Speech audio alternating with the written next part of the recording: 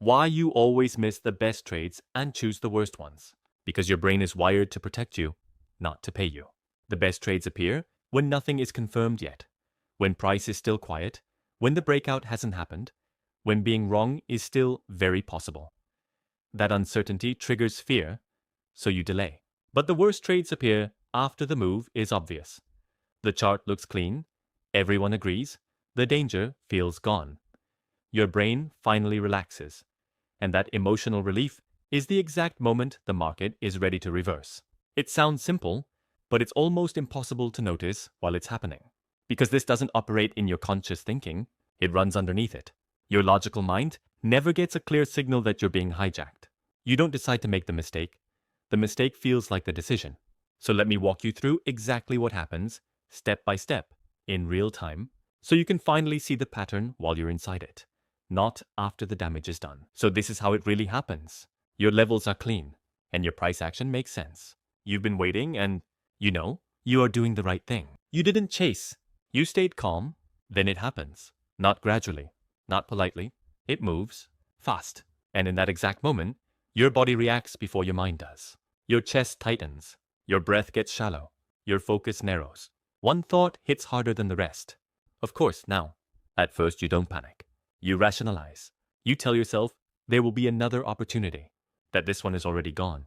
That patience is what separates amateurs from professionals. But something has changed. You're no longer neutral. You're no longer present. A quiet pressure starts building under the surface. You replay the last hour in your head. Every hesitation. Every moment you almost acted. You imagine the version of yourself that clicked earlier. Not richer. Not smarter. Just right. That version of you feels painfully close. And now, every second that passes feels like confirmation. So this is how it really happens. Important. Your levels are clean. Validation. And your price action makes sense. You've been waiting and appears. Soft. You are doing the right thing. This might not be over yet. And then it happens suddenly. You're no longer thinking in terms of risk. You're thinking in terms of relief. Relief from regret. Relief from watching it continue without you. Your hand hesitates. Not because you're unsure, but because you already know this wasn't the plan. And yet, you justify it anyway. Just this once. Just a small position. Just to stop the feeling. The moment you commit, your body knows. There's no calm. No confidence. Only tension. You monitor every movement. Every pause feels dangerous. Every second feels heavier than the last. Then, the hesitation turns against you. Momentum fades. What felt urgent seconds ago now feels fragile. And when it breaks fast. Your mind scrambles. You don't want to be wrong. You don't want this to be another mistake. So you hesitate again and again. Now it's not about the trade. It's about avoiding the realization that you did this to yourself. Later, long after the emotions fade, clarity returns. And that's the cruelest part. You realize the original opportunity was clean, calm, simple, and the trade you took was never really a trade at all. It was an emotional reaction. And the worst part? This wasn't new. It wasn't random. It's a pattern, and it keeps repeating. And if you think the solution is more discipline, or more confidence, or enter faster next time, you're already falling into the next trap. Because in the next part, you're going to understand why your brain pushes you into this cycle, and why trying to fight it directly almost guarantees you'll repeat it. You don't miss good trades because you're slow. You don't chase bad trades because you're greedy. That's the story you've been telling yourself. But it's not the truth. Because if discipline were the problem, you would have fixed this already. You know the rules. You've written them down. You've broken them enough times to memorize the consequences. And yet, in the moment that matters most, those rules go quiet. Not because you forgot them, but because something louder takes over. Your brain is built to avoid one thing above all else. Regret. Not loss. Not pain. Regret. The feeling that you should have acted, but didn't. That feeling hits harder than being wrong. So when a move happens without you, your brain doesn't interpret it as neutral information. It interprets it as a threat. A threat to your competence. A threat to your identity. A threat to the story you tell yourself about who you are as a trader. This is where the trap forms. At first, waiting feels safe, controlled, professional. But the moment price moves without you, waiting is reclassified as a mistake. And your brain starts searching for a way to erase that feeling. Not logically, urgently. That's why the chase doesn't feel reckless in the moment. It feels necessary. It feels like balance, like correcting an error, like catching up to something you're supposed to be part of. And that's the lie. You're not entering a trade, you're trying to escape a feeling. Notice what changes when you chase. You stop thinking in probabilities. You stop thinking in plans. You start thinking in outcomes. You imagine the relief of being right, the relief of being back in sync, the relief of no longer watching from the outside. That imagined relief is powerful. Powerful enough to override risk, powerful enough to override logic, powerful enough to make a bad entry feel justified. And here's the most dangerous part. Every time you do this, every time you chase and then lose, your brain doesn't learn. I don't chase. It learns something much worse. It learns that waiting is painful, and acting feels like relief. So next time, the urge comes faster, stronger, more convincing. The trap tightens. This is why telling yourself, next time I'll be more disciplined, never works. Because discipline isn't the problem. You're trying to use logic to fight a survival response. And survival responses don't listen to rules. So if willpower fails, and discipline collapses under pressure, what actually stops this? You're going to learn the single mental shift that breaks this loop, not by entering earlier, not by forcing patience, but by changing what waiting means inside your brain. The problem was never waiting. Waiting isn't weakness. Waiting only feels painful because of what you think it means. Right now, every time you wait and price moves without you, your brain translates that into a verdict. You failed. Not on the trade, on yourself. And as long as waiting feels like failure, you will always try to escape it. That escape just happens to look like chasing. So here's the shift. You stop defining success by participation, and you start defining it by selection. That sounds small. It isn't. Because the moment you do this, waiting stops being passive and becomes an action.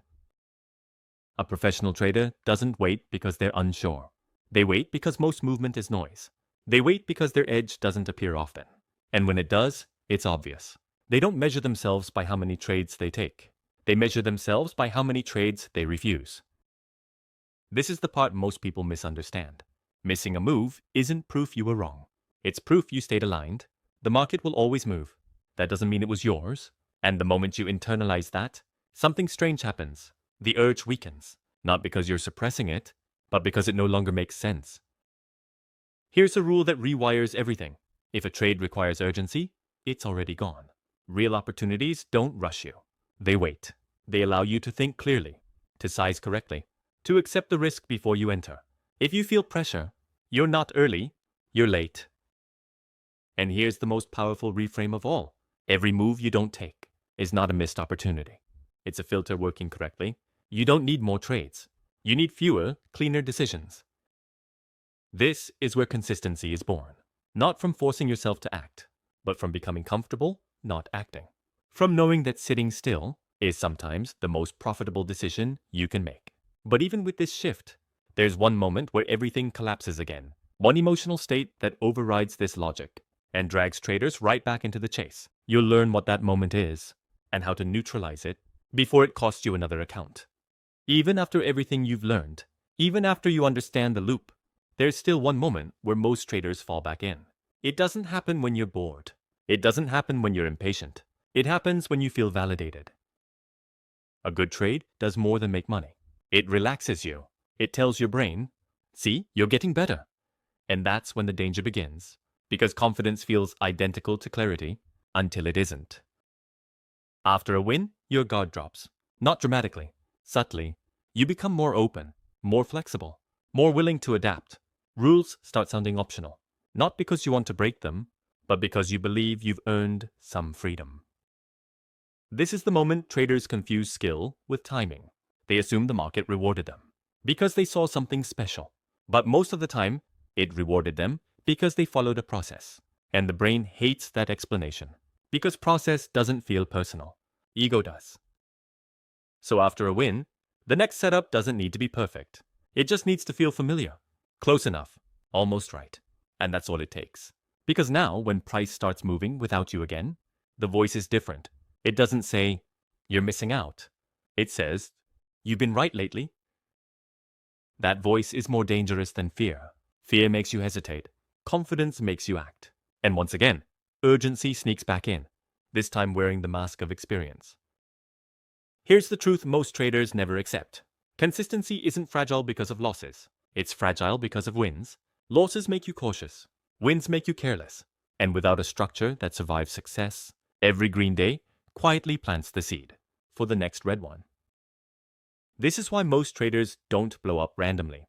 They do it after feeling good, after relaxing, after trusting themselves a little too much. So what stops this? Not motivation, not confidence, not stricter rules. Now, you'll learn the one practice that keeps you grounded after wins, the difference between traders who grow and traders who reset back to zero every few months. Before consistency becomes possible, something uncomfortable has to happen. You have to stop judging yourself in real time. Right now, every trade carries meaning. A win feels like proof. A loss feels like failure. A missed move feels like incompetence. And as long as trades carry identity, your emotions will always be involved. Professional traders don't feel less.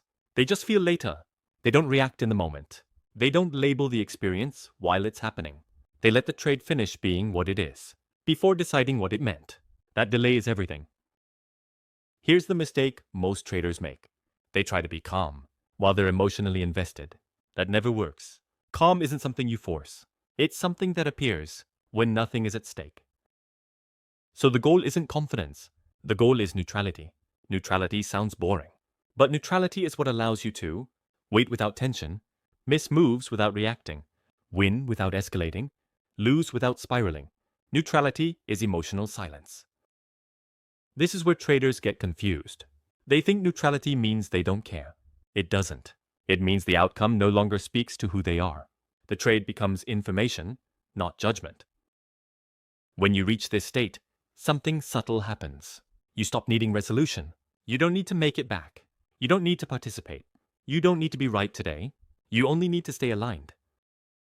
And alignment feels quiet, almost anticlimactic. No rush, no relief, no urgency. Just decisions that make sense, even if nothing happens afterward. Most traders never experience this because neutrality doesn't feel rewarding. It doesn't spike dopamine. It doesn't feel productive. But it's the only state where consistency can survive. So now the question becomes simple. How do you enter this state before the market tests you? How do you stay neutral when something runs without you, or when a win tempts you to push? In the final part, you'll learn the single practice that anchors neutrality and why traders who use it stop chasing permanently. Neutrality feels stable until it's challenged, and it always gets challenged the same way. A move starts forming, not explosive, not obvious, just enough to get your attention. You notice it early, too early to act, too early to ignore, and suddenly, neutrality doesn't feel calm anymore. It feels exposed. This is the first real test, because now you're not reacting to regret or confidence. You're reacting to possibility. The possibility that this might become something, and that waiting could once again put you on the outside. Your mind starts working ahead of the market. If this breaks, I should already be in. If this goes, I don't want to hesitate again. I don't want to repeat the same mistake. And just like that, the future starts pulling you forward. Here's the subtle danger.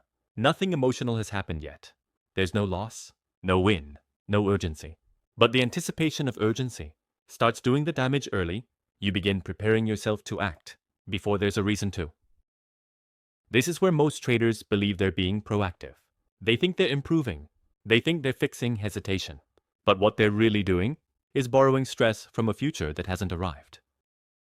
Neutrality breaks not with emotion, but with expectation. The moment you expect a move to matter, you attach yourself to it, and attachment always demands resolution. This is why so many traders say, I entered early just to be safe. Safe from what? Not loss. From watching. And the moment you enter early for emotional safety, you're no longer neutral. You're invested in being right. You've reintroduced identity through the back door. This is the part no one warns you about. You can escape chasing and still sabotage yourself by trying to be ready too soon. So how do you stay neutral when something might happen? How do you wait without leaning forward? Now, you'll learn how professionals delay commitment. Not by avoiding setups, but by refusing to mentally enter them before they earn it. There's a difference between waiting and being available. Most traders wait with tension. They're not neutral. They're already inside the trade, without having entered it. That's why the moment price moves, they feel late. Delayed commitment is different. It means you allow the setup to exist, without allowing yourself to participate in it yet. You observe, but you don't attach. This is uncomfortable at first, because your mind wants resolution. It wants to know, is this the one or not? But professionals don't answer that question early. They let the market answer it for them. Here's the rule that changes behavior. You are not allowed to mentally rehearse a trade until it has already qualified. No imagining entries, no imagining profit, no imagining what happens if you miss it. If your mind starts acting like you're already involved, you pull it back. Why this works? Mental rehearsal creates ownership. Ownership creates urgency. Urgency destroys neutrality. So instead of asking, should I take this? You ask, has this earned my attention yet? Until the answer is yes, you remain unavailable. This creates a strange effect. When a real setup appears, you don't feel pulled. You feel invited. There's no rush, because you weren't leaning forward beforehand. And when nothing qualifies, nothing happens. No frustration, no pressure, just information passing by. This is how professionals avoid early entries. Without forcing restraint, they don't suppress impulse. They prevent attachment from forming. But even with delayed commitment, there's still one situation that breaks traders. Not when price moves fast, but when it moves slow. Now you will understand why slow markets are more dangerous than fast ones, and how they quietly pull you back into overtrading. Fast moves trigger fear. Slow markets trigger something worse. They wear you down. Nothing is happening, but nothing is ending either. Price drifts, pulls back, moves slightly forward, then stops again. It's not boring enough to ignore, and not clear enough to act. So your mind stays engaged, too engaged. This is where discipline quietly erodes, not with emotion, with exposure. The longer you watch something that doesn't resolve, the more invested you become, not financially. Mentally, you start tracking tiny changes, reading meaning into noise, convincing yourself that patience means staying focused. But focus slowly turns into fixation. Here's what's really happening. Your brain is uncomfortable with unfinished stories. It wants closure. So when the market doesn't give you clarity, your mind starts manufacturing it. This is when traders start saying things like, it's tightening, it's building energy, it has to move soon. Those aren't observations, they're requests. And the longer the market stays quiet, the more tempting it becomes to force resolution. Not because the setup improved, but because you're tired of waiting. This is how overtrading is born. Not from greed, from fatigue, mental fatigue. You take trades not because they're good, but because they end the waiting. Win or lose, at least something happened. At least the tension is gone. And this is the most dangerous trade of all, the trade taken for relief. Notice how subtle this is. You didn't feel rushed. You didn't feel emotional. You didn't feel reckless. You just felt ready.